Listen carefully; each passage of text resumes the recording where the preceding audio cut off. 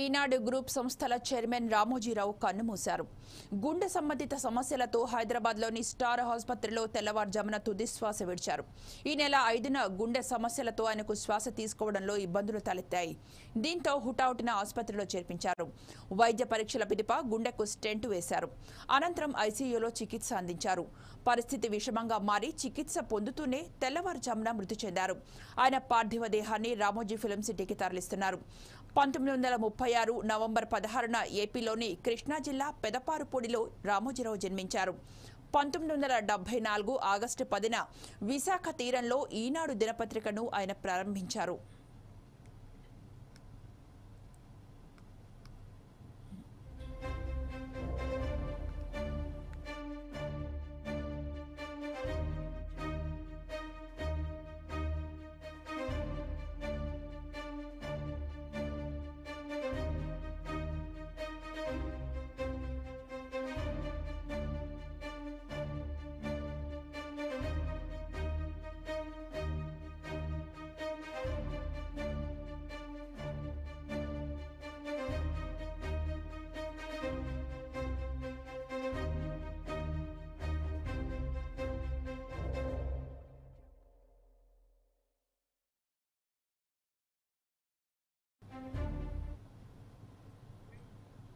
ఈనాడు group సంస్థల chairman Ramoji Rao కన్నుమూశారు. గుండె సంబంధిత సమస్యలతో హైదరాబాద్లోని స్టార్ ఆసుపత్రిలో తెల్లవారుజామున తుదిశ్వాస విడిచారు. ఈ నెల 5న గుండె సమస్యలతో ఆయనకు శ్వాస తీసుకోవడంలో ఇబ్బందులు తలెత్తాయి. దీంతో హుటాహుటిన ఆసుపత్రిలో చేర్పించారు. వైద్య పరీక్షల పిదప గుండెకు స్టెంట్ వేశారు. అనంతరం ఐసీయూలో చికిత్స అందించారు. పరిస్థితి విషమంగా మారి చికిత్స పొందుతూనే తెల్లవారుజామున మృతి చెందారు. ఆయన పార్థివ దేహాన్ని రామోజీ ఫిల్మ్ సిటీకి తరలిస్తున్నారు. 1936 నవంబర్ 16న ఏపీలోని కృష్ణా జిల్లా పెదపారుపూడిలో రామోజీరావు జన్మించారు. 1974 ఆగస్టు 10న విశాఖ తీరంలో ఈనాడు దినపత్రికను ఆయన ప్రారంభించారు.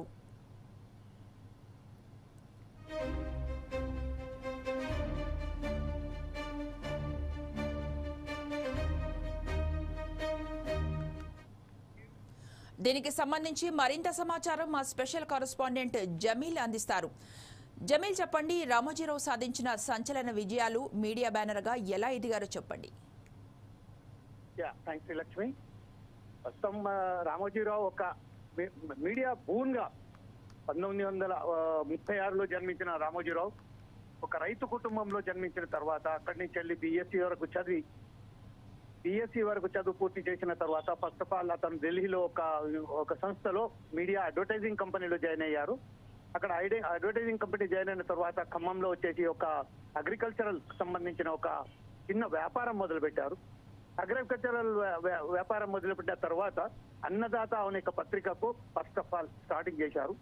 అన్నదాత పత్రిక స్టార్ట్ చేసిన తదుపరి రామోజీరావు ఈనాడు సంస్థను ఏర్పాటు చేసిన తర్వాత ఈనాడు, డాల్ఫిన్, అలాగే మార్గదర్శి, మయూరి, ప్రతి ఇండస్ట్రీలో అతను తనదైన శైలిలో ఎక్కడ చూసినా కూడా విజయానికి సంబంధించిన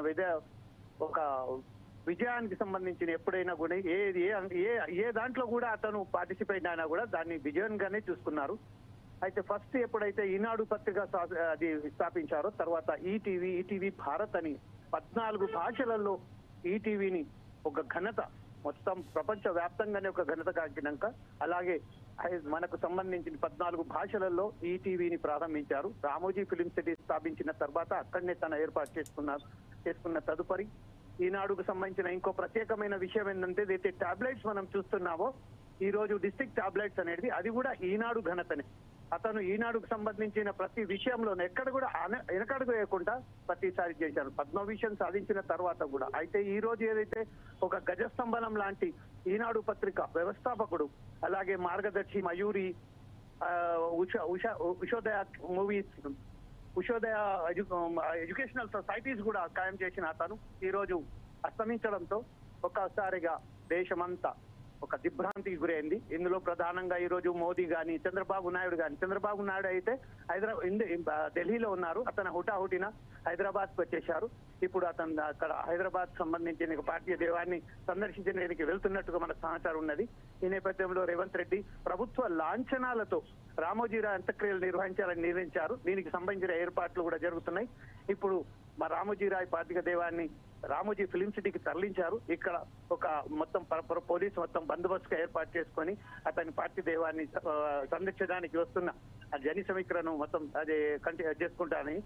అలాగే ఇప్పుడు ప్రస్తుతం అయితే నరేంద్ర మోదీ కానివ్వండి, అమిత్ షా కానివ్వండి, అలాగే కిరణ్ కుమార్ రెడ్డి కానివ్వండి, చంద్రబాబు నాయుడు కానీ, లోకేష్ కానివ్వండి, ప్రతి ఒక్కరు దిగ్భ్రాంతి చెందిస్తూ వాళ్ళు అక్కడికి వచ్చేటట్టు ఏర్పాటు చేస్తున్నారు. దానికి సంబంధించిన పూర్తి ఏర్పాట్లు జరుగుతున్నాయి. Lakshmi. Okay, thank you.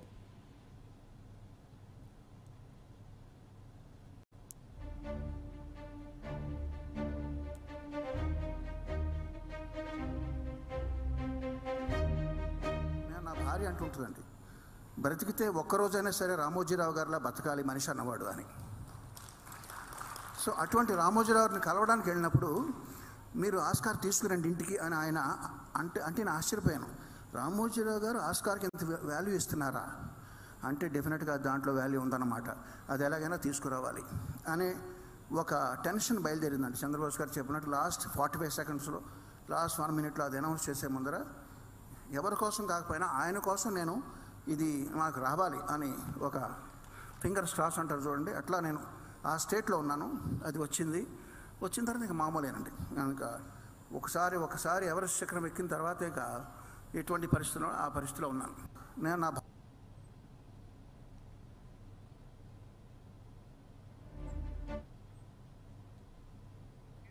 Eenadu group సంస్థల చైర్మన్ రామోజీరావు అస్తమయంపై టీడీపీ అధినేత చంద్రబాబు తీవ్ర దిగ్భ్రాంతి వ్యక్తం చేశారు. ఒక సామాన్య కుటుంబంలో పుట్టి అసామాన్య విజయాలు సాధించిన రామోజీరావు మరణం తనను తీవ్ర ఆవేదనకు గురి చేసిందని చంద్రబాబు అన్నారు. అక్షర యోధుడిగా పేరున్న రామోజీ తెలుగు రాష్ట్రాలకు, దేశానికి అందించిన సేవలను చంద్రబాబు గుర్తు చేసుకున్నారు. కొద్ది రోజులుగా అనారోగ్యంతో ఉన్న ఆయన తిరిగి కోలుకుంటారని తామంతా భావించామని, కానీ ఇలాంటి వార్త వినాల్సి వస్తుందని అనుకోలేదని చంద్రబాబు అన్నారు.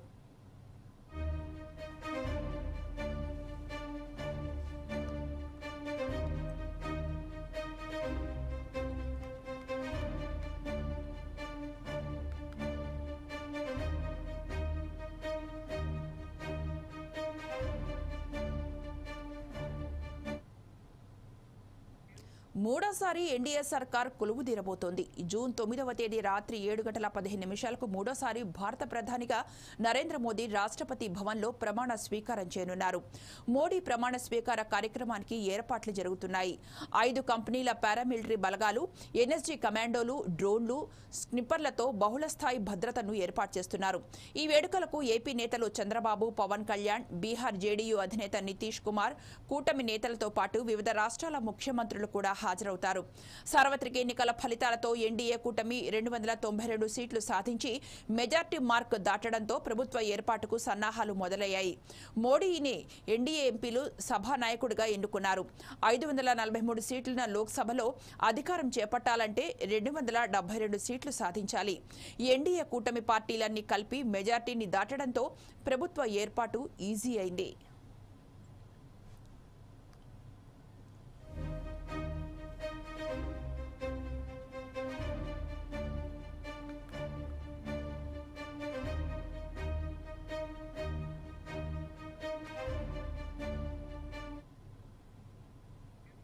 కాంగ్రెస్ వర్కింగ్ కమిటీ ఇవాళ సమావేశం కానుంది. పార్టీ అధ్యక్షుడు మల్లికార్జున్ ఖర్గే అధ్యక్షతన జరిగే ఈ భేటీలో లోక్సభ ఎన్నికల ఫలితాలపై చర్చిస్తారని సమాచారం. ఈ ఎన్నికల్లో కాంగ్రెస్ 99 స్థానాలు సాధించి రెండో అతిపెద్ద పార్టీగా ఆవిర్భవించిన సంగతి తెలిసిందే. ఆ పార్టీ 10 ఏళ్ల తర్వాత లోక్సభలో ప్రతిపక్ష నేత స్థానాన్ని దక్కించుకోనుంది. ఈ హోదా దక్కాలంటే లోక్సభలోని మొత్తం సీట్లలో కనీసం 10% సాధించాలి. కానీ 2014, 2019 ఎన్నికల్లో కాంగ్రెస్ కు అన్ని సీట్లు రాలేదు. ఇదిలా ఉంటే నితీష్ కుమార్, చంద్రబాబులతో కూడా మంతనాలు జరుపుతున్నట్టు ప్రచారం జరుగుతోంది.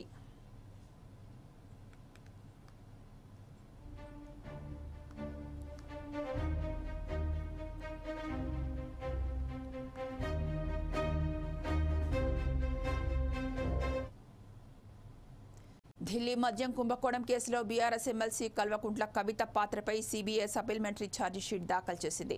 ఢిల్లీ మద్యం కుంభకోణంలో కవిత పాత్ర, అందుకు సంబంధించిన సాక్ష్యాలతో కూడిన సప్లిమెంటరీ ఛార్జిషీట్ను దాఖలు చేసినట్టు సీబీఐ రౌజ్ అవెన్యూ కోర్టుకు తెలిపింది. దానిని పరిగణనలోకి తీసుకోవాలని న్యాయస్థానాన్ని కోరింది. ఈ అంశంపై జూలై 6న విచారణ చేపడతామని న్యాయమూర్తి కావేరి భవేజా తెలిపారు. ఢిల్లీ మద్యం విధానం కేసులో కవితను మార్చి 15న హైదరాబాద్లోని ఆమె నివాసంలోని ఈడీ అరెస్టు చేసింది. 16న ఢిల్లీ రౌజ్ అవెన్యూ కోర్టులో హాజరుపరిచింది. కవిత తిహార్ జైల్లో ఉండగానే ఏప్రిల్ 11న సీబీఐ అరెస్టు చేసినట్టు ప్రకటించింది. ఆ తర్వాత కవిత బెయిల్ పిటిషన్ దాఖలు చేయగా రౌజ్ అవెన్యూ కోర్టు తిరస్కరించింది. ట్రయల్ కోర్టు తీర్పును కవిత హైకోర్టులో సవాల్ చేశారు.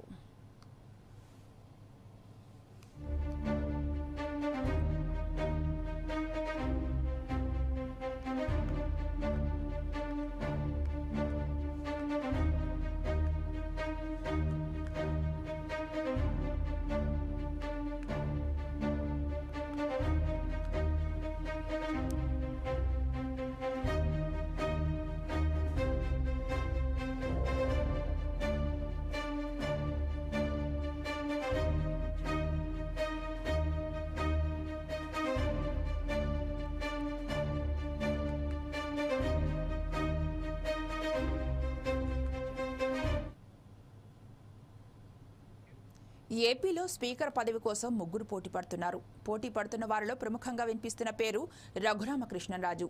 ఉండి అసెంబ్లీ నియోజకవర్గం నుంచి పోటీ చేసి గెలుపొందారు. 2019 ఎన్నికల్లో నర్సాపురం నుంచి పోటీ చేసి గెలుపొందిన సంగతి తెలిసిందే.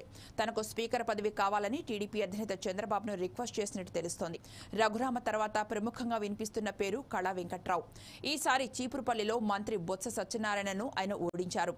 తనకు స్పీకర్ పదవి కావాలని కళా వెంకట్రావు అడుగుతున్నారని తెలుస్తోంది. కళా వెంకట్రావు తర్వాత సీనియర్ నేత ఆనం రామనారాయణ రెడ్డి స్పీకర్ పదవిని కోరుతున్నారు. ఆత్మకూరు నుంచి పోటీ చేసిన రామనారాయణ రెడ్డి మేకపాటి విక్రమ్ రెడ్డిపై 7,000 పైచిలకు ఓట్ల తేడాతో విజయం సాధించారు. గతంలో కూడా ఆయన స్పీకర్ పదవి ఆశించారు. అయితే అప్పుడు తమ్మినేనికి దక్కింది.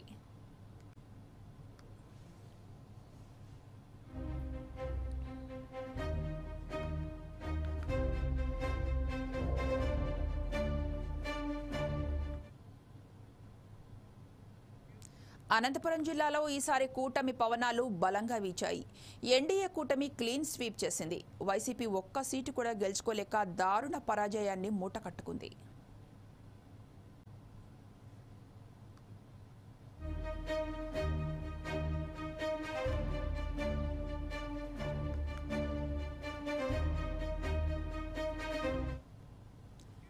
ఇదే అంశంపై మా అనంతపురం జిల్లా ప్రతినిధి లోకేష్ పూర్తి సమాచారం అందిస్తారు. చెప్పండి లోకేష్, వైసీపీకి ఒక్క సీటు రాకపోవడానికి కారణాలేమిటి? ఓటర్లను అంతగా ప్రభావితం చేసిన అంశాలేమిటి? శ్రీలక్ష్మి, ప్రధానంగా చూసినట్టయితే అనంతపురం జిల్లాకు సంబంధించి 14 నియోజకవర్గాలు, 2 ఎంపీ స్థానాలు కూడా కూటమి అభ్యర్థులకే పట్టం కట్టినటువంటి పరిస్థితి ఉంది. చూసినట్టయితే అనంతపురం జిల్లా వ్యాప్తంగా మొట్టమొదటిసారి ఇట్లా క్లీన్షిప్ కావడం అనేది ఇదే మొదటిసారి. ప్రధానంగా చూసినట్టయితే ఓటర్లు తమ ఓటు హక్కును వైసీపీకి వ్యతిరేకంగానే పూర్తి స్థాయిలో చూసినట్టు జరిగింది. ప్రధానంగా ఈ ఓటమికి కారణాలంటూ ఇప్పటివరకు ఎలాంటి ఇక్కడ పూర్తి స్థాయిలో చూసినట్టయితే తెలుగుదేశం పార్టీ యొక్క మేనిఫెస్టోలో ఉన్నటువంటి ఈ యొక్క పథకాలు, అదేవిధంగా వైసీపీ మీద ఉన్నటువంటి పూర్తి స్థాయిలో వ్యతిరేకత ఏదైతే ఉందో, ప్రధానంగా ఇక్కడ అనంతపూర్లో నిరుద్యోగులు, ఉద్యోగులు పూర్తి స్థాయిలో వారి యొక్క వ్యతిరేకంగా ఇక్కడ ఓటు అయితే జరిగింది. చూసినట్టయితే ఒక్కో ఎంప్లాయీ ఒక్కో 10 మంది ద్వారా ఓటు వేయించినటువంటి పరిస్థితి అనంతపురం జిల్లాలో ప్రధానంగా ఉంది. పథకాల కారణంగా ఎవరైతే లబ్ధి పొందారో వారందరికీ కూడా సేమ్ అవే పథకాలు మళ్ళీ రిపీట్ చేస్తామని వైకాపా ఏదైతే మేనిఫెస్టో ప్రకటించిందో ఆ మేనిఫెస్టో ప్రజల్లో పూర్తి స్థాయిలో తిరస్కరించినట్టుగా ఈ యొక్క ఓటింగ్ అయితే జరిగింది. తెలుగుదేశం పార్టీలో పొందుపరిచినటువంటి పథకాలు ఏవైతే ఉన్నాయో అవి పూర్తి స్థాయిలో ప్రజలను ఆకర్షితులు చేశారు. చంద్రబాబు మీద నమ్మకంతోనే ఈ యొక్క ఓటర్లు మొత్తం పూర్తి స్థాయిలో అనంతపురం జిల్లా వ్యాప్తంగా క్లీన్షిప్ చేసినటువంటి పరిస్థితి ఉంది. ప్రధానంగా మనం చూసినట్టయితే ఉరవకొండలో ఇక్కడ ఎవరైతే అభ్యర్థి గెలుస్తారో ఆ పార్టీ అధికారంలోకి రానటువంటి పరిస్థితి గతం 30 ఏళ్లుగా ఉన్నటువంటి పరిస్థితి ఉంది. అయితే ఈసారి మాత్రం అది పునరావృతం కాకుండా కొత్త ట్రెండ్ అయితే తీసుకొచ్చింది. ఉరవకొండలో ఎవరైతే గెలుస్తారో వారికి కూడా అక్కడ అధికారం చేపట్టబోయే అవకాశం ఉందని చెప్పి కూడా ఈసారి నిరూపితమైనటువంటి పరిస్థితి అనంతపురంలో ఉంది. మరోవైపు ధర్మవరం ఎమ్మెల్యేగా బీజేపీ అభ్యర్థి సత్యకుమార్ గెలవడం జరిగింది. మొత్తం మీద చూసుకున్నట్టయితే కేతిరెడ్డి పైన అక్కడ ఉన్నటువంటి వ్యతిరేకత ఏదైతే ఉందో అది పూర్తి స్థాయిలో పనిచేసిందని కూడా ప్రధానంగా తెలుస్తోంది. ధర్మవరం పట్టణంలోనే ఒక 8,000 మెజార్టీతో సత్యకుమార్ లీడ్లోకి రావడం జరిగింది. ధర్మవరం నియోజకవర్గంలో ఉన్నటువంటి గ్రామాల్లో పూర్తి స్థాయిలో కేతిరెడ్డికి మద్దతు తెలిపినప్పటికీ ధర్మవరం పట్టణంలో ప్రధానంగా చూసినట్టయితే 8,000 పైచీలకు ఓట్లు మెజార్టీలోకి రావడం, అక్కడి నుంచి దాదాపుగా 3,800 ఓట్లతో సత్యకుమార్ గెలవడం జరిగింది. ఇందుకు ప్రధాన కారణాలు ఏంటనే మనం ఆలోచించినట్టయితే ధర్మవరం పట్టణంలో ఎక్కడ భూములు ఉన్నాయి, ఎక్కడ ఖాళీ స్థలాలు ఉన్నాయని చెప్పి కూడా ఎక్కువ అరాజకాలు సృష్టించారని చెప్పి టీడీపీ అదేవిధంగా కూటమి అభ్యర్థులు ప్రచారం చేయడము, అదేవిధంగా జనాల్లో కూడా ఈ యొక్క ఎమ్మెల్యే పైన వ్యతిరేకత ఉంది అని చెప్పి కూడా ఉన్నటువంటి పరిస్థితి ఉంది. ఏదైతే స్టేట్ వైడ్ అదేవిధంగా నేషనల్ వైడ్ ఎమ్మెల్యేకి సోషల్ మీడియాలో మాత్రమే ఊపు ఉంది, ఇక్కడ ఎలాంటి ఊపు లేదని చెప్పి కూడా ప్రజలు ఓటు ద్వారా తీర్పునిచ్చినటువంటి పరిస్థితి ధర్మవరంలో కూడా కనిపిస్తుంది. ఇంకా మరోవైపు ఈ మడకశిరకు సంబంధించి మడకశిరలో అతి తక్కువ ఓట్లతో టీడీపీ అభ్యర్థి ఎంఎస్ రాజు విజయం సాధించడం జరిగింది. కేవలం 324 ఓట్లు మాత్రమే అక్కడ మెజార్టీ రావడం జరిగింది. ఈ ప్రధానంగా చూసినట్టయితే ఈ అన్ని ఓవరాల్ గా ఏదైతే కూటమికి సంబంధించి మేనిఫెస్టోలు అదేవిధంగా చూసినట్టయితే ప్రభుత్వం మీద వ్యతిరేకత, ఓవైపు నిరుద్యోగం, మరోవైపు ధరల పెరుగుదల, మరోవైపు ఈ ఉచిత పథకాల వల్ల ప్రజలు వారి యొక్క ఆకర్షితులయ్యారు. దీని అన్నిటికీ కూడా ఎన్నికల సంవత్సరంలో చూసినట్టయితే ఎన్నికల ముందు ఏదైతే అమ్మఒడి, చేయూత, ఆసరా పథకాల ద్వారా రావాల్సినటువంటి డబ్బులు ఏవైతే ఉన్నాయో సకాలంలో ఓటర్లకు అదే ప్రజలకు అందకపోవడం, ఈ చూసినట్టయితే ఈసీ ద్వారా తెలుగుదేశం పార్టీ కంప్లైంట్ చేసి ఆ పథకాల డబ్బును వేయకూడదు, పోలింగ్ తర్వాత వేయాలని చెప్పి కూడా ఉత్తర్వులు జారీ చేసినటువంటి నేపథ్యంలో పోలింగ్ తర్వాత అయితే ఈ అమౌంట్ పడింది, కానీ పోలింగ్ ముందు అయితే ఈ యొక్క ప్రజల ఖాతాల్లోకి డబ్బు చేరనందువల్ల కూడా ఈ ఓటింగ్ ఇంత వ్యతిరేకత రావడానికి కారణం అని కూడా విశ్లేషకులు తెలుపుతున్నటువంటి పరిస్థితి కనిపిస్తుంది. ప్రధానంగా చూసినట్టయితే ఈ ఎక్కువ నిరుద్యోగం, ఈ ధరల పెరుగుదల వీటిపైనే ఎక్కువ కాన్సన్ట్రేషన్ చేసినటువంటి పరిస్థితి కనిపిస్తుంది.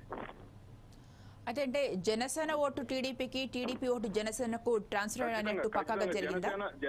జనసేన అధినేత పవన్ కళ్యాణ్ టీడీపీకి మద్దతుగా నిలిచారని ఏదైతే ఉందో పూర్తి స్థాయిలో చంద్రబాబును జైలుకు పంపించినప్పుడు పవన్ కళ్యాణ్ ముందుండి యొక్క పోరాటాన్ని తన చేతుల్లోకి తీసుకొని ముందుండి నడిపినటువంటి విధానం ఏదైతే ఉందో ఇటు టీడీపీ నేతల్లోనూ అది జనసేన సైనికుల్లోనూ పూర్తి స్థాయిలో యొక్క ఇంపాక్ట్ అయితే ఉంది. ఏదైతే జనసేన పార్టీ ఆవిర్భవించినప్పటికీ జనసేన అభిమానులు ఎవరైతే ఉన్నారో, పవన్ కళ్యాణ్ అభిమానులు ఎవరైతే ఉన్నారో వారికి ఆ ఓటు హక్కు లేకపోవడం అనేది గతంలో జరిగింది.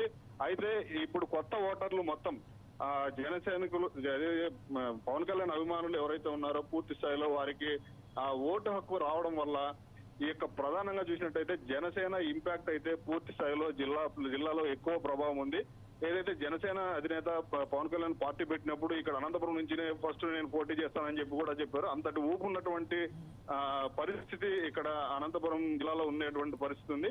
ఈ నేపథ్యంలోనే ఈ కూటమిలో జనసేన పొత్తు కుదిరినప్పటి నుంచి ఏదైతే పూర్తి స్థాయిలో జన సైనికులు ఎక్కడ చూసినా కూడా ప్రచారంలోనూ అదేవిధంగా ఏ కార్యక్రమం జరిగినా కూడా అందరూ కూడా సమిష్టి కృషితో ముందుకైతే సాగారు. వారి యొక్క ఓటు ప్రభావం అనేది ఈ ఎన్నికల్లో స్పష్టంగా కనిపించింది. అయితే ఈ అనంతపురం జిల్లా నుంచి కేబినెట్ రేసులు ఎవరున్నారు, ఎవరికి ఖచ్చితంగా ఛాన్స్ దొరికే అవకాశం ఉంది? ప్రధానంగా చూసినట్టయితే ఇప్పుడు అందరి దృష్టి కూడా కేబినెట్ మినిస్టర్లుగా ఎవరుంటారు ఏంటి సంగతి అని చెప్పి ఇక్కడ అనంతపురం జిల్లా పైన దృష్టి పెట్టినటువంటి పరిస్థితి కనిపిస్తుంది. ఇక్కడ చూసినట్టయితే దాదాపుగా 14 స్థానాల్లో 13 స్థానాల్లో టీడీపీ కైవసం చేసుకున్నటువంటిది ఒక సీట్ మాత్రం ధర్మవరం సీట్ మాత్రమే బీజేపీకి అందించారు. అయితే బీజేపీ అభ్యర్థి సత్యకుమార్ ను మంత్రి పదవిలో కొనసాగించాలని చెప్పి కూడా మంత్రి పదవికి రెఫర్ చేసినట్టు ఇప్పటికే పార్టీ వర్గాలు తెలిపినటువంటి పరిస్థితి కనిపిస్తోంది. ఏదైతే బీజేపీ కూటమికి సంబంధించి బీజేపీలో 8 మంది ఎమ్మెల్యేలుగా గెలవడం జరిగింది. ఇటు కామినేని శ్రీనివాస్ కు అదేవిధంగా ఇక్కడ సత్యకుమార్ కు మంత్రి పదవులు ఇవ్వాలని చెప్పి కూడా బీజేపీ అధిష్టానం నిర్ణయించినట్లు ఇప్పటికే వాట్సాప్ ద్వారా సోషల్ మీడియాలో ప్రచారం అయ్యే పరిస్థితి కనిపిస్తోంది. మరోవైపు టీడీపీకి సంబంధించి ఇక్కడ 2 మాజీ మంత్రులు ఉన్నారు. ఒకటి రాప్తాడు నియోజకవర్గంలో పరిటాల సునీత ఉన్నారు. 2 రాయదుర్గంలో ఏదైతే దాదాపుగా 41,000 మెజార్టీతో ఈ ఎన్నికల్లో గెలిచినటువంటి కాలువ శ్రీనివాసులు ఐటీ మినిస్టర్ గా పనిచేశారు. సీనియర్లు అంతా కూడా ఉన్నారు. ఏదైతే ఉరవకొండకు సంబంధించి పయ్యావుల కేశవ్ కూడా ఆయనకు ఎప్పుడు కూడా పార్టీ అధికారంలోకి వస్తే కేశవ్ ఓడిపోయే పరిస్థితి ఉంది. పార్టీ అధికారంలోకి రానప్పుడు కేశవ్ ఎమ్మెల్యేగా ఉన్నటువంటి పరిస్థితి చాలా సార్లు గమనించాం. అందులో భాగంగానే 2014 ఎలక్షన్ లో కూడా ఆయనకి ఓడిపోయిన తర్వాత ఎమ్మెల్సీ ఇవ్వడం జరిగింది. అయితే ఆయనకు ఖచ్చితంగా మంత్రి పదవి వస్తుందంటూ కూడా ఆయన అభిమానులు కూడా వ్యక్తం చేసే పరిస్థితి కనిపిస్తుంది. ప్రధానంగా చూసినట్టయితే 4 నుంచి 5 మంది ఎమ్మెల్యే అభ్యర్థులుగా గెలిచినటువంటి వారు ఈ యొక్క మంత్రి రేస్ లో అయితే ఉన్నట్టు మనకు స్పష్టంగా కనిపిస్తుంది. టీడీపీకి సంబంధించి 2 స్థానాలు ఇక్కడ ఉండేటట్లు ఉంది. అయితే జనసేనకు సంబంధించిన వారు ఎవరో ఇక్కడ లేకపోవడం అనేది వారికి రాకపోవడం అనేది ఉంటుంది. పరిటాల సునీతకు అదేవిధంగా కేశవ్ కి లేదంటే కాలువ శ్రీనివాసులకు ప్రధానంగా ఇక్కడ మంత్రి పదవులు దక్కే పరిస్థితి ఉంది. మరోవైపు ఎవరైతే మడకశిరలో ఎమ్మెల్యే అభ్యర్థిగా గెలిచారో మా ఎంఎస్ రాజు ఎవరైతే మడకశిరలో టీడీపీ తరఫున గెలిచారో ఆయన పూర్తి స్థాయిలో 2019 నుంచి 2024 ఎన్నికల వరకు పూర్తి స్థాయిలో చంద్రబాబు వెంటే ఉండి పూర్తి స్థాయిలో రాష్ట్ర వ్యాప్తంగా ఎక్కడ ఎస్సీల పైన దాడులు జరిగినా ఎస్సీల ఏదైతే జరిగిందో వారందరినీ కూడా కట్టడి చేసినటువంటి పరిస్థితి ఎంఎస్ రాజులో ఉంది. ఎంఎస్ రాజుకి చంద్రబాబుకి ఉన్నటువంటి అవినాభావ సంబంధాల వల్ల ఆయనకు కూడా మంత్రి పదవి వస్తుందని ప్రధానంగా జిల్లాలో చర్చ జరిగే పరిస్థితి కనిపిస్తుంది. Okay, right Lokesh, thank you.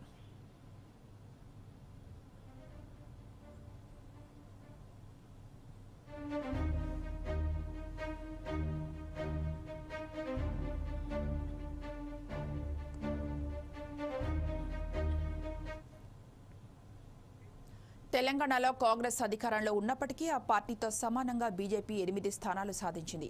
అందుకే తెలంగాణకు కీలకమైన మంత్రి పదవులు దక్కుతాయని పార్టీ రాష్ట్ర నాయకత్వం ఆశిస్తోంది. రాష్ట్రంలో బీజేపీని మరింత బలోపేతం చేయాలంటే 3 నుంచి 4 కేంద్ర మంత్రి పదవులు ఇవ్వాలని రాష్ట్ర నాయకత్వం అధినాయకత్వాన్ని కోరుతున్నట్టు తెలిసింది.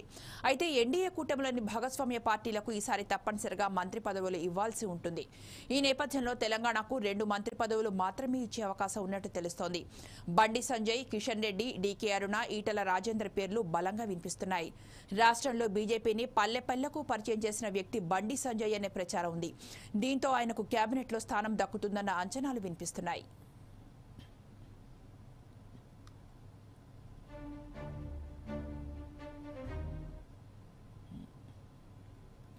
మధ్యప్రదేశ్లోని ఇండోర్ లోక్సభ నియోజకవర్గం నుంచి ఎన్నికైన శంకర్ లాల్వానీకి అత్యధికంగా 12,26,751 ఓట్లు వచ్చాయి. లాల్వానీ 11,75,092 ఓట్ల భారీ మెజార్టీతో గెలుపొందారు. ఈ ఎన్నికల్లో భారీ మెజార్టీతో గెలిచిన ఎంపీ లాల్వానీయే. ఇదొక రికార్డు కూడా. ఆ విశేషాలేమిటో ఈ స్టోరీ ద్వారా తెలుసుకుందాం.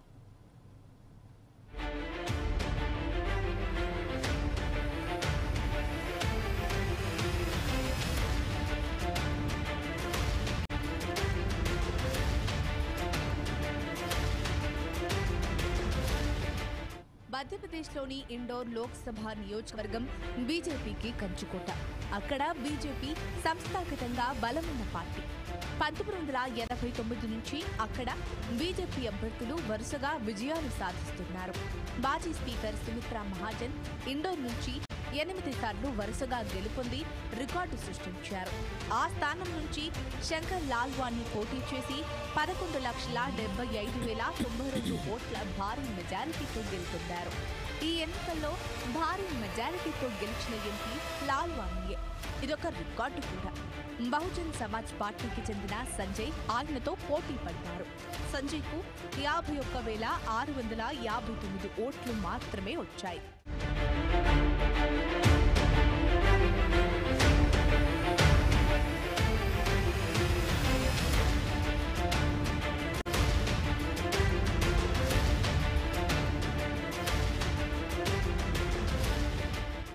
ఇండోర్లో నోటాకు కూడా రికార్డు స్థాయిలో ఓట్లు పడ్డాయి.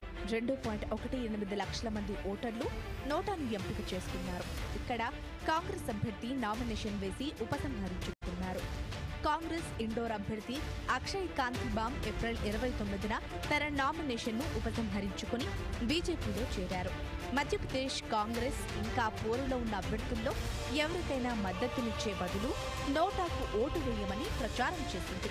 దీంతో నోటాకు భారీగా ఓట్లు పడ్డాయి. 2019 లోక్సభ ఎన్నికల్లో బీహార్లోని గోపాల్గంజ్ లోక్సభ స్థానంలో అత్యధికంగా 51,660 ఓట్లు నోటాకు పడ్డాయి.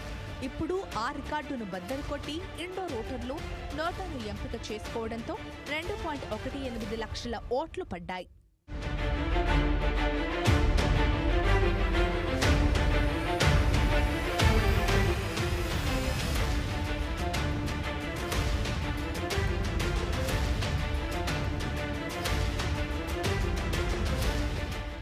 ఇండోర్ బరిలో 9 మంది ఇండిపెండెంట్లు, 3 లోకల్ పార్టీల అభ్యర్థులు కూడా ఉన్నారు. వీరెవరికి డిపాజిట్లు దక్కలేదు. కాంగ్రెస్ బరిలో ఉంటే కొంత పోటీ ఉండేది.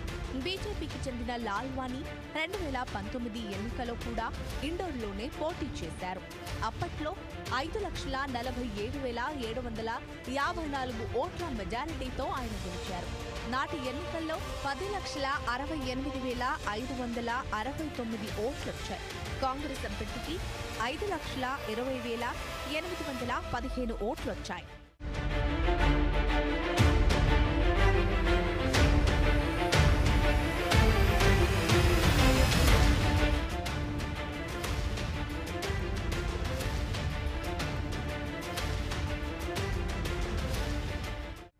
శంకర్ లాల్వానీ అక్టోబర్ 16, 1961న ఇండోర్లో జన్మించారు. ఆయన తండ్రి జమునాదాస్ లాల్వానీ ఆర్ఎస్ఎస్ జనసంఘ్లో క్రియాశీలక సభ్యుడు. తల్లి గోరీదేవి లాల్వానీ గృహిణి. లాల్వానీ ముంబైలో బీటెక్ చేశారు. తర్వాత ఇండోర్కు తిరిగొచ్చి బిజినెస్ అండ్ కన్సల్టెన్సీ కోర్సు చేశాడు. 1980 ప్రారంభంలో బాంబే విశ్వవిద్యాలయంలో అఖిల భారతీయ విద్యార్థి పరిషత్ విశ్వవిద్యాలయ ప్రతినిధిగా చురుగ్గా పనిచేశారు. అప్పటి నుంచే ఆయన రాజకీయ ప్రయాణం మొదలైంది. 1994 నుండి 1999 వరకు ఇండోర్ మున్సిపల్ కార్పొరేషన్లో కౌన్సిలర్గా, ఆపై 1999 నుండి 2004 వరకు చైర్మన్గా పనిచేసిన లాల్వానీ అంచెలంచెలుగా ఎదిగారు. ఇండోర్లోని వార్డు నెంబర్ 49 అధ్యక్షుడిగా చేసిన ఆయన ఎంపీ స్థాయికి చేరుకోవడం గొప్ప విషయం. 2013లో శంకర్ లాల్వానీ ఇండోర్ డెవలప్మెంట్ అథారిటీ చైర్పర్సన్గా నియమితులయ్యారు. ఇప్పుడీ చారిత్రాత్మక విజయంతో ఎవరి లాల్వానీ అంటూ గూగుల్లో సెర్చ్ చేస్తున్నారు.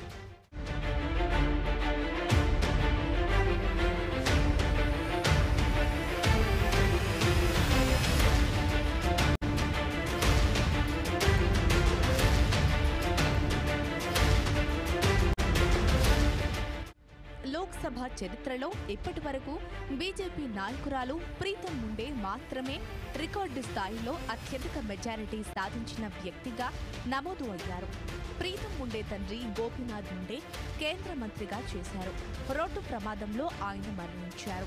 ఈ క్రమంలో మహారాష్ట్రలోని బీడ్ లోక్సభ స్థానానికి 2014లో జరిగిన ఉప ఎన్నికల్లో బీజేపీ అభ్యర్థిగా ప్రీతం ముండే గెలుపొందింది.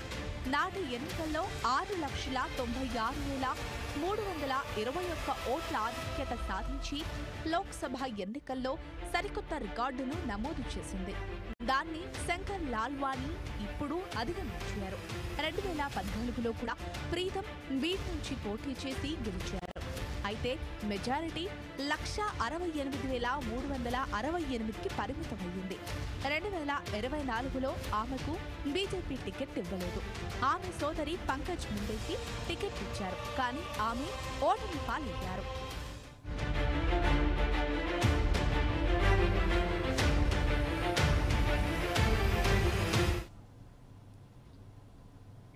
పద్దెనిమిదవ లోక్సభ తొలి సమావేశాలు జూన్ 15 నుంచి 22వ తేదీ వరకు జరిగే అవకాశం ఉందని తెలుస్తోంది. కొత్తగా ఎన్నికైన పార్లమెంట్ సభ్యుల ప్రమాణ స్వీకారాలతో ఈ నెల 3వ వారంలో సమావేశాలు ప్రారంభమవుతాయని సమాచారం. ప్రమాణ స్వీకారాలు 2 రోజుల పాటు జరిగే అవకాశం ఉందని, అనంతరం స్పీకర్ ఎన్నిక జరుగుతుంది. ఆ తర్వాతి రోజు రాష్ట్రపతి ఉభయ సభలను ఉద్దేశించి ప్రసంగిస్తారు. సమావేశాలు జరుగుతుండగానే తొలి సెషన్ ముగింపుపై కొత్తగా ఎంపికైన మంత్రివర్గం నిర్ణయం తీసుకుంటుంది. ఈ సమావేశాల్లో భాగంగా ప్రధానమంత్రి తన కేబినెట్ను ఉభయ సభలకు పరిచయం చేస్తారు.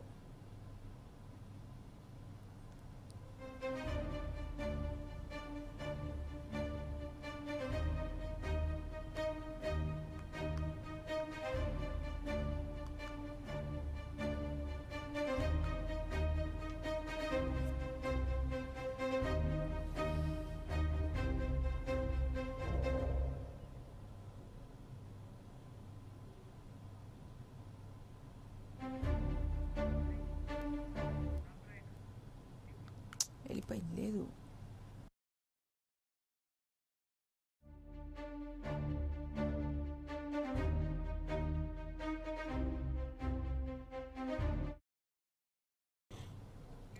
దేశ ప్రజలంతా ఎన్నికల ఫలితాల కోసం ఉత్కంఠతో ఎదురు చూస్తుంటే తెర వెనుక దేశ భవిష్యత్తును మార్చే కీలక ప్రయోగాలు సైలెంట్గా జరిగిపోతున్నాయి.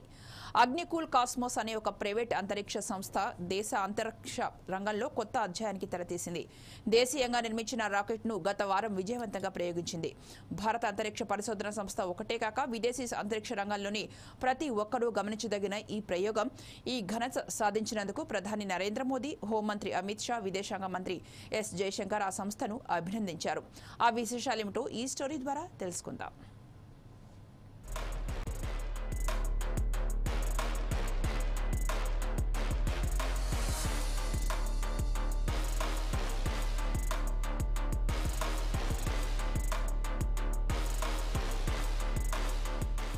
ఒక భారతీయ ప్రైవేట్ కంపెనీ సొంత గడ్డపై నుంచి రాకెట్ను ఎగరవేయటం ఇదే మొదటిసారి కాదు. నవంబర్ 2022లో స్కై రూట్ ఏరోస్పేస్ అనే స్పేస్ స్టార్టప్ సంస్థ విజయవంతంగా ఒక రాకెట్ను ప్రారంభించింది. ఇస్రో రూపకల్పనలో కీలక పాత్ర పోషించిన legendary space leader Vikram Sarabhai స్ఫూర్తితో ఆ రాకెట్కి విక్రమ్ అని పేరు పెట్టింది.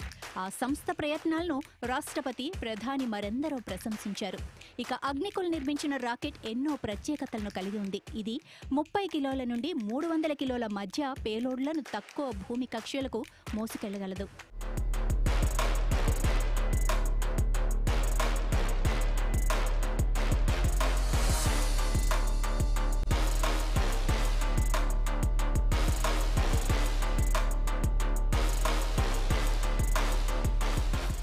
స్కై రూట్ రాకెట్ విక్రమ్ ఇలాంటి సామర్థ్యాలతో కొన్ని వైవిధ్యాలను కూడా కలిగి ఉంది. ఈ రెండూ కూడా కమ్యూనికేషన్, బ్రాడ్కాస్టింగ్, డిజాస్టర్ వంటి విభిన్న రంగాలలో వివిధ రకాల అంతరిక్ష ఆధారిత అప్లికేషన్ల కోసం వేగంగా పెరుగుతున్న డిమాండ్ను తీర్చడానికి చిన్న ఉపగ్రహ మార్కెట్ను లక్ష్యంగా చేసుకున్నాయి. నిర్వహణ, వాతావరణ మార్పు, భూమి, సముద్ర పరిశీలన, పట్టణ ప్రణాళిక, నిఘా వంటి అవసరాలు పూర్తి చేసే సామర్థ్యం వీటికి ఉంది. ఈ ఉపగ్రహాలు సాధారణంగా అంతరిక్ష పరిశోధన లేదా శాస్త్రీయ ప్రయోగాల కోసం కాదు. శాటిలైట్ మార్కెట్ డిమాండ్ను అందుకోవటానికి ఇస్రో స్వయంగా SSLV లేదా స్మాల్ శాటిలైట్ లాంచ్ వెహికల్ అనే కొత్త రాకెట్ను అభివృద్ధి చేస్తోంది. 2 సార్లు గాల్లోకి ఎగిరినా ఒక్కసారి మాత్రమే విజయం సాధించిన SSLV కొంతమేరకు శక్తివంతమైంది. 500 కిలోల వరకు పేలోడ్లను మోయగల సామర్థ్యాన్ని కలిగి ఉంది.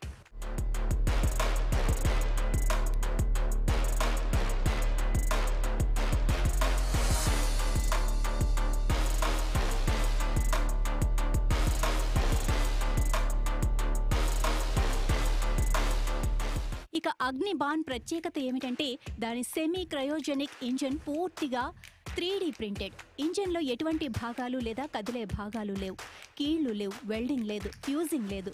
ఇది ఒక మృదువైన హార్డ్వేర్ ముక్క. స్పేస్ హార్డ్వేర్లో 3D ప్రింటింగ్ని ఉపయోగించడం కొత్త ఆలోచన కాదు, కానీ 3D ప్రింటెడ్ ఇంజన్ను ఎవ్వరూ ఉపయోగించలేదు. అగ్నిబాన్ రాకెట్ ప్రారంభ ఫ్లైట్ స్కై రూట్ విజయంపై ఆధారపడి ఉంటుంది. భారతదేశ అంతరిక్ష మార్కెట్లో అవసరమైన ఎంపికల శ్రేణిని సూచిస్తుంది. అగ్నిబాన్ ప్రపంచంలోని మొట్టమొదటి 3D ప్రింటెడ్ ఇంజన్ ద్వారా శక్తిని పొందింది. ఇస్రో శ్రీహరికోట ప్రయోగ కేంద్రం వద్ద నిర్మించిన అగ్నికుల్ సొంత లాంచ్ ప్యాడ్ నుండి ప్రయోగించబడింది.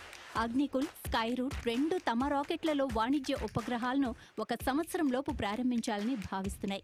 అగ్నిబాన్ తొలిసారిగా ప్రైవేట్ లాంచ్ ప్యాడ్ నుండి ప్రారంభించబడటం విశేషం. ఇండియాలో ఇది తొలి ప్రయోగం. ఇప్పటి వరకు అన్ని అంతరిక్ష ప్రయోగాలు శ్రీహరికోటలోని 2 ఇస్రో లాంచ్ ప్యాడ్లలో ఒకదాని నుండి జరిగాయి. రాబోయే రోజులలో అంతరిక్ష ప్రయోగాల సంఖ్య గణనీయంగా పెరిగే అవకాశం ఉంది. ఇస్రో తమిళనాడులోని తూత్తుకుడి జిల్లాలోని కులశేఖర పట్టణం వద్ద 2వ స్పేస్ పోర్టును అభివృద్ధి చేస్తోంది. ఇది ప్రధానంగా SSLV ప్రయోగాల కోసం ఉపయోగించబడుతుంది.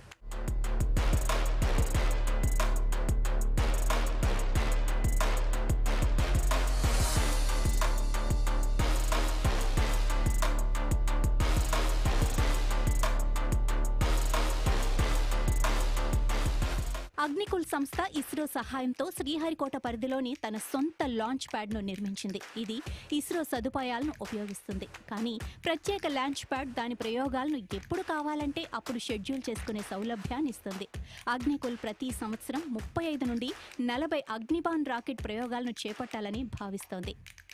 అగ్నికుల్, స్కైరూట్ సాధించిన విజయాలు దేశ అంతరిక్ష రంగంలో ప్రైవేట్ భాగస్వామ్యాన్ని మరింత పెంచుతాయని భావిస్తున్నారు. ఇప్పటికే ఉపగ్రహాలు, అంతరిక్ష ఆధారిత అప్లికేషన్లు, హార్డ్వేర్, కమ్యూనికేషన్లు, డేటా సెంటర్లు, అంతరిక్ష మార్కెట్లోని వివిధ విభాగాలలో పనిచేస్తున్న డజన్ల కొద్దీ అంతరిక్ష కంపెనీలు గత కొన్ని సంవత్సరాలుగా పనిచేస్తున్నాయి. వాటిలో కొన్ని సంస్థలు ఇప్పటికే తమదైన ముద్ర వేయటం ప్రారంభించాయి. ప్రభుత్వ ప్రోత్సాహం, ప్రైవేట్ సంస్థల రాకతో అంతరిక్ష రంగ భవిష్యత్తు ఉజ్వలాయమానంగా ఉంటుంది. ఎంపిక చేసిన అంతరిక్ష పారిశ్రామికవేత్తలతో ప్రధాని మోడీ వ్యక్తిగతంగా పలు సమావేశాలు నిర్వహించారు. ఉజ్వల భవిష్యత్తు ఉన్న ఈ రంగంలో పెట్టుబడులు పెట్టాలని పలు ప్రైవేట్ కంపెనీలను కూడా ప్రభుత్వం ఆహ్వానిస్తోంది.